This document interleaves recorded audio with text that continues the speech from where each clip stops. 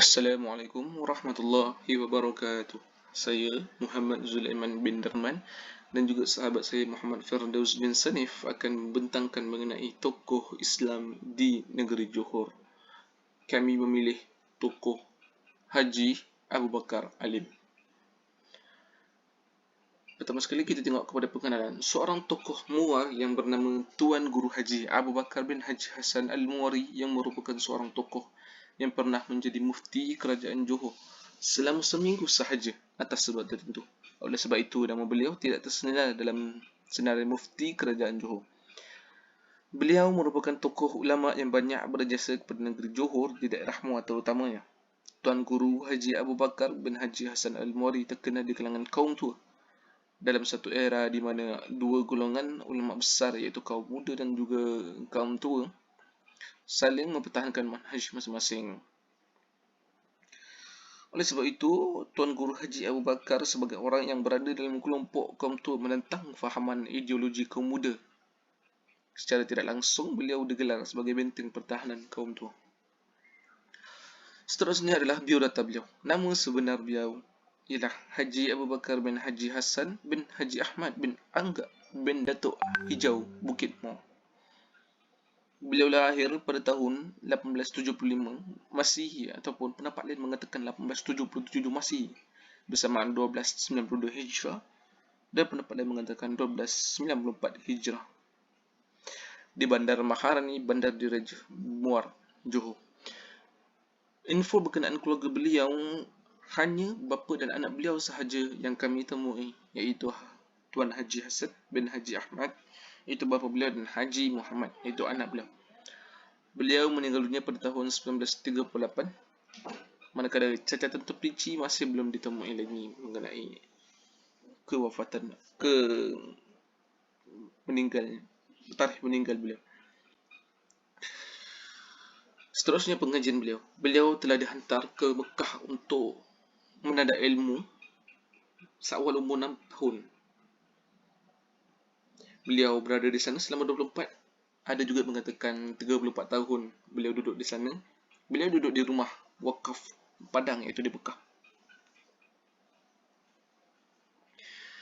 Kemudian beliau mempelajari pelbagai ilmu dengan beberapa orang ulama masyhur seperti Syekh Ahmad bin Muhammad Yunus Lingga dalam ilmu hadis. Yang kedua, Syekh Muhammad Nur Al-Fatani dalam ilmu falak dan Syekh Mukhtar bin Athar Bogor. Seterusnya, Syekh Abdullah bin Qasim As-Sangkuri dalam ilmu qiraat. Untuk pengetahuan, Syekh Abdullah bin Qasim As-Sangkuri merupakan seorang ulama yang berasal dari kaum Melayu. Yang kelima adalah Syekh Omar bin Abdullah Rashid As-Sumbawi. Seterusnya, beliau pulang ke Malaysia pada tahun 1907. Ada juga mengatakan 1915. Setelah 30 dan pendapat lain mengatakan 40 tahun menuntut ilmu di Mekah. Seterusnya kita tengok kepada sumbangan beliau. Setibanya beliau di Malaysia, beliau diperkenalkan oleh orang kaya Haji Yusuf, iaitu penghulu Bandar Muar. Beliau diminta untuk mengajar kuliah di Masjid Jami' Muar. Dalam kuliah beliau telah dihadiri oleh pegawai-pegawai kerajaan Muar dan juga para elit Bandar Maharani. Seterusnya, sumbangan beliau telah dilantik sebagai Qadhi Muar setelah Tuan Said Abdul Qadir bin Muhsin Al-Attas melepaskan jawatan tersebut dan dilantik menjadi mufti kerajaan Johor. Kemudian pada masa yang sama juga beliau menyandang jawatan sebagai guru besar di Sekolah Arab Kerajaan Muar. Seterusnya, pada tahun 1915 beliau telah dinaikkan pangkat sebagai mufti kerajaan Johor. Namun beliau hanya menyandang jawatan tersebut selama seminggu sahaja. Atas beberapa faktor antaranya, yang pertama sekali, beliau mahu menguruskan sekolah yang didirikan di kawasan rumahnya di Jalan Hasan Muar. Yang kedua, ramai tokoh kaum muda yang berkhidmat untuk kerajaan Johor pada waktu itu, dan beliau tidak merasa terikat untuk membahaskan isu-isu kaum muda.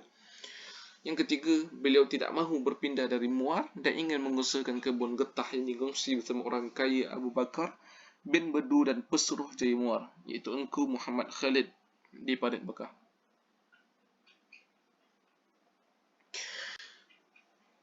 Seterusnya, pada tahun 1925, beliau bersama beberapa orang tokoh telah menubuhkan Kesatuan Ahli Kehormat Gubahan Setia Muar dan menggubal satu peraturan yang dipanggil Undang-Undang Jami'iyah Bandar Maharani Muar.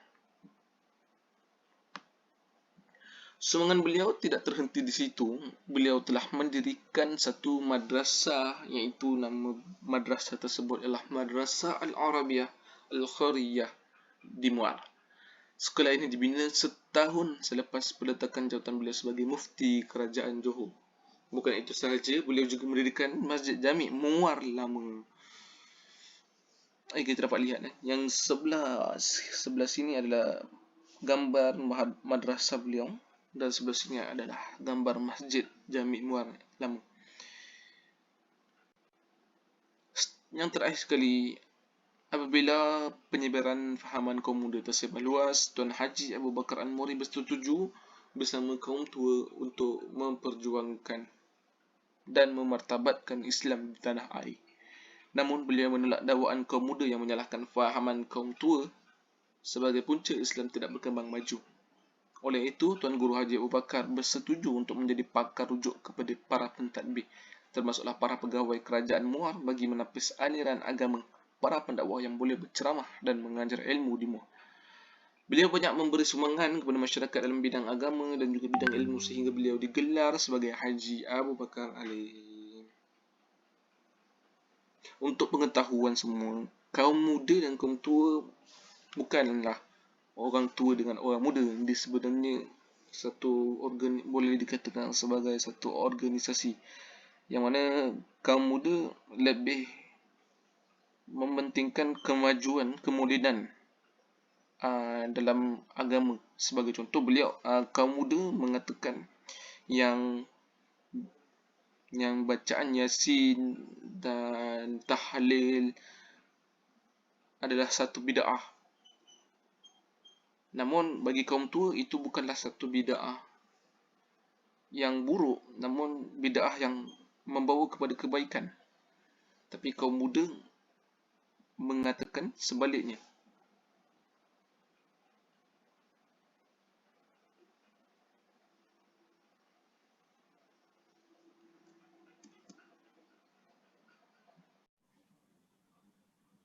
Bismillahirrahmanirrahim. Baiklah, seterusnya berkaitan anak murid Haji Abu Bakar. Yang pertama adalah Haji Muhammad Yassin bin Haji Muhammad, iaitu bapa Tan Sri Muhyiddin, Perdana Menteri Malaysia sekarang. Dan anak murid keduanya ialah Syed Abdul Qadir bin Muhsin Al-Atas. Syed Abdul Qadir bin Muhsin Al-Atas pernah menjadi mufti ketiga Kerajaan Negeri Johor pada tahun 1907 sehingga 1933. Anak murid ketiganya pula ialah Tan Sri Haji Muhammad Noah bin Orang Kaya Omar. Beliau pernah memegang jawatan yang di-Pertua Jabatan Agama Johor sehingga 1950. Dan bagi anak muridnya yang lain adalah Abdullah bin Isa, Abdul Syukur bin Ismail, Yusuf bin Muhammad, Haji Muhammad Yusuf bin Ibrahim dan Syed Muhammad bin Uthman. Juga merangkumi jemaah-jemaah Masjid Jami' Muar Lama dan pelajar-pelajar Sekolah Arab Kerajaan Muar. Kemudian kita beralih kepada karya Haji Abu Bakar Alim. Yang pertama ialah Majlis Huraian Muar Johor. Tujuan kitab ni dikarang adalah untuk memberikan jawapan untuk membatalkan fatwa pengarang Al-Fatwa Persatuan Islam Bandung yang mengatakan bahawa babi itu najis jika dimakan sahaja dan bukan najis jika untuk disentuh, dan mulut anjing pun belum tentu najisnya. Isu ini telah menyebabkan Haji Abu Bakar dipinta untuk mengarang kitab ini, dan kitab ini ditandatangani oleh Ketua Kelab Ahli Terhormat Gubahan Setia Muar, iaitu Abdul Syukur bin Ismail. Kitab ini dikarang pada 20 April 1932 Masihi. Untuk kitab yang kedua adalah Mustika Ajaib. Nama penuh bagi kitab ini adalah Mustika Ajaib pada menyatakan hukum dan kelebihan membawa maulidin Nabi kita sallallahu alaihi wasallam. Tujuan kitab ini dikarang adalah bagi menjawab persoalan-persoalan tentang menyambut maulid Nabi Muhammad sallallahu alaihi wasallam pada bulan Rabiul Awal dengan pembacaan kisah-kisah maulid.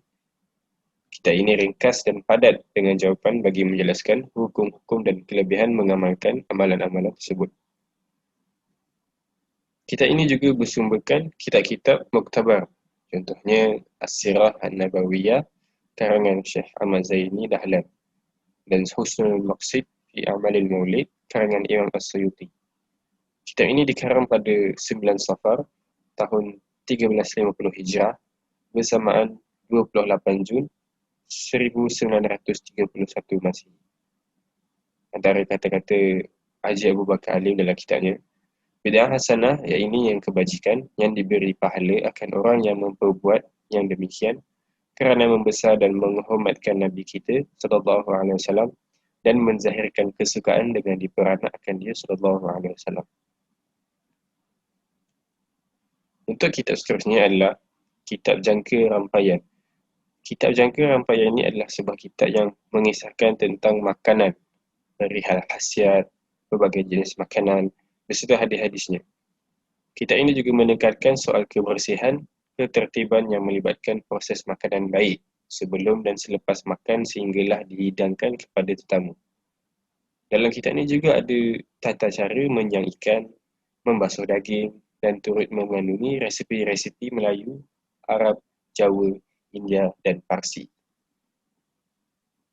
Dan antara kata-katanya dalam kitab itu adalah ketahuilah olehmu bahawa adalah ilmu masak iaitu suatu pekerjaan kesihatan dan memelihara hayat, dan adalah ilmu masak yang saya tuliskan dalam kitab ini ialah saya ambil terutama sekali daripada ahli-ahli rumah saya, kemudian daripada tukang-tukang masak yang bijak-bijak dalam perkara masak di dalam muar, daripada bangsa Melayu, India, Arab, Jawa dan lain-lain, dan saya harap ada padanya faedah dunia dan akhirat.